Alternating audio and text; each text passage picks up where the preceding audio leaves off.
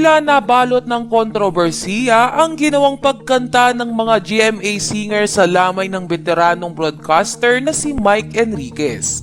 Ito ay matapos bumirit ang isa sa mga kapuso singer.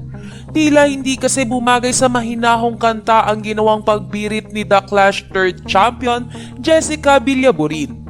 Makikita rin sa reaksyon nila Julian San Jose at Rita Daniela na nagulat sila sa ginawa na ito ng nasabing singer.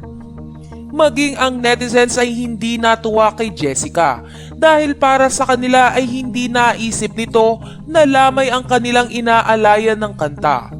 Gayunpaman, para sa mga tagahanga ng kapuso singer ay wag nang pansinin ang ginawang pagbirit ni Jessica bilang respeto na rin sa namayapang broadcaster. Samantala, narito at panoorin natin ang nasabing pagkanta ng mga GMA singer sa lamay ni Mike Enriquez.